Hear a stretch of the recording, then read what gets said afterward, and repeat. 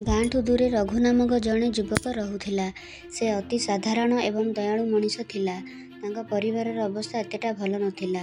ଦିନରୁ ଦିନ ଚାଷବାଡ଼ିରେ ଖଟି ଖାଇ ତାଙ୍କ ପରିବାର ଚାଲୁଥିଲା।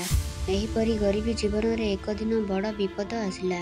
ବର୍ଷା ହେବା ଯୋଗୁଁ ତାଙ୍କ ଧାନରେ ମାଟି ଧସିଗଲା। ସମସ୍ତ ଫସଲ ନଷ୍ଟ ହୋଇଗଲା।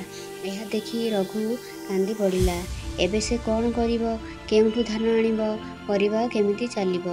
ଏହି ଚିନ୍ତାରେ ସେ ଅତ୍ୟନ୍ତ ଉଦ୍ବିଗ୍ନ ହୋଇପଡ଼ିଲା।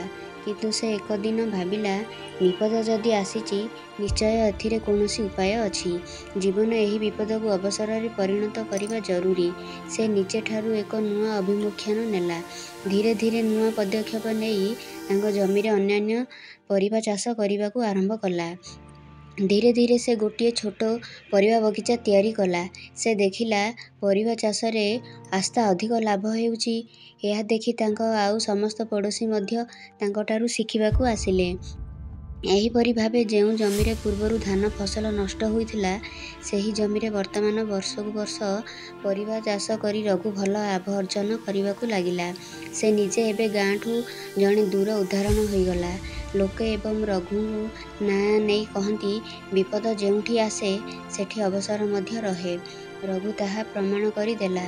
ଏଭଳି ଭାବରେ ରଘୁ ଜୀବନରେ ବିପଦକୁ ଅବସରରେ ପରିଣତ କଲା। ସେମିତି ଜୀବନରେ ଯେକୌଣସି ବିପଦ ଆସୁ, ଆମେ ଯଦି ଧୈର୍ଯ୍ୟ ଧରି ଅନୁଷ୍ଠାନ କରିବା ଶିଖିବା, ତେବେ ଏକ ନୂଆ ଅବସର ନିଶ୍ଚିତ ଭାବେ ଆସିବ।